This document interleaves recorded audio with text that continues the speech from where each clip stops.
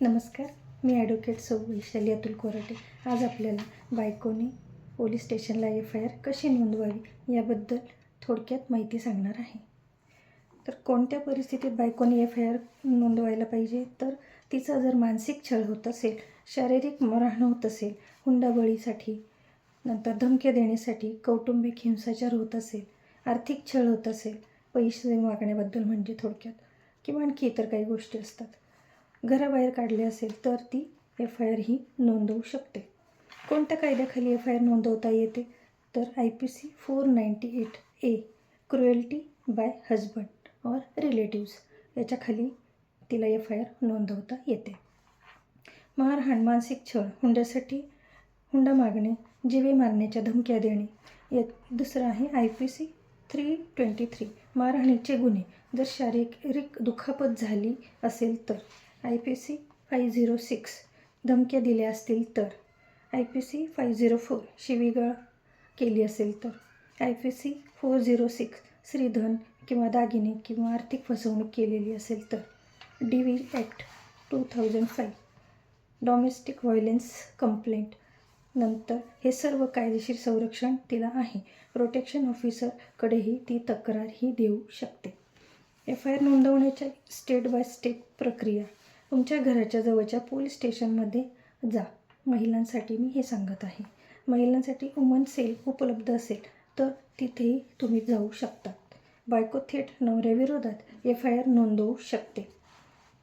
तिच्यासोबत तिला कोणाचीही गरज नाही, म्हणजे ती एकटी गेली तरी तिला FIR नोंदवता येते. कॉग्निझेबल ऑफेन्स असल्याने पोलिसांनी FIR घ्यायलाच पाहिजे. पोलिसांना घटनाक्रम स्पष्ट सांगावा, म्हणजे काय घडलं आहे काय नाही. तुम्ही तक्रार लेखी किंवा तोंडी देऊ शकता.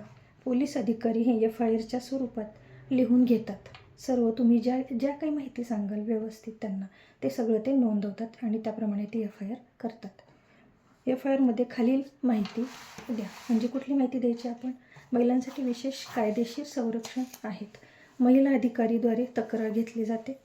रात्री FIR न घेण्याचा नियम नाही आहे. म्हणजे रात्री किती वाजता पण जर लेडीज महिला गेली, एखादी मुलगी गेली तर तिची केस ही FIR म्हणून नोंदवता येते. पोलीस स्टेशनला पोलीस नाही म्हणू शकत नाहीत.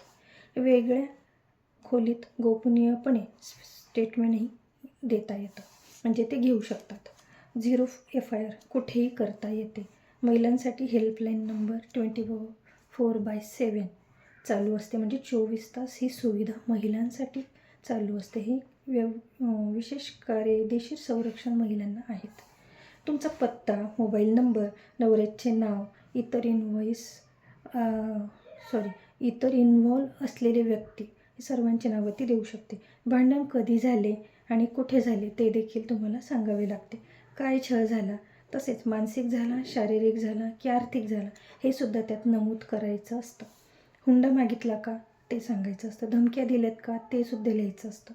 मारहाण झाली असल्यास जखमीचे फोटो, मेडिकल रिपोर्ट हे सरकारी हवेत. माहिती जितकी स्पष्ट द्याल तितकी तुमची FIR ही मजबूत होते, म्हणजे स्ट्रॉंग होत असते, पक्की होत असते. पण खरीच माहिती द्यायची. पोलिसांना FIR लिहून दिल्यानंतर ते नीट वाचा आणि नीट तपासा. आपण जे सांगितलं आहे तेच व्यवस्थित लिहिलं गेलं की नाही ते बघा. चुकीची माहिती नाही देता ते बघा, म्हणजे त्यांनीच माहिती ही बरोबर लिहिली की नाही ते चेक करा. सर्व आरोप व्यवस्थित लिहिले आहेत का ते नीट चेक करा. मगच तुमची सही करा. सगळं वाचल्यानंतर व्यवस्थित वाटलं, खरं वाटलं आपण जे सांगितलं आहे ते, तर त्यानंतरच FIRच्या पानावर, त्या FIRच्या नोटवर आपली सही करायची असते. FIRची कॉपी मोफत मिळते. त्याला कुठलाही तुम्हाला पोलीस स्टेशनला चार्ज द्यावा लागत नाही. हा तुमचा हक्क आहे, अधिकार आहे. CRPC 154 नुसार तक्रार दाखल FIRची प्रत मोफत देणे हे त्यांना बंधनकारक असतं. अधिकारी पुढे तपास सुरू करतात. तो कसा? स्टेटमेंट घेतले जाते, म्हणजे आपण ज्यांच्या विरोधात केलं आहे त्यांचं स्टेटमेंट घेतलं जातं, त्यांचा पंचनामा होतो, घरातील पुरावे घेतले जातात, वैद्यकीय तपासण्या त्यांच्या केल्या जातात, कुटुंबातील सदस्यांचे जबाब घेतले जातात, गरज पडली तर अटकही करतात. पोलिसांनी FIR नाही घेतली तर बायको काय करू शकते? CRPC 154(3) CP जिल्हा पोलीस प्रमुखाकडे ती तक्रार देऊ शकते. CRPC 156(3) न्यायालयातून FIR नोंदवण्याचा आदेश घेऊ शकते. 0 FIR म्हणजे कोणत्याही पोलीस स्टेशनमध्ये ती FIR करू शकते. Women's helpline number 1091. परत सांगते, women's helpline number 1091. National helpline number 181. National helpline number 181 आहे.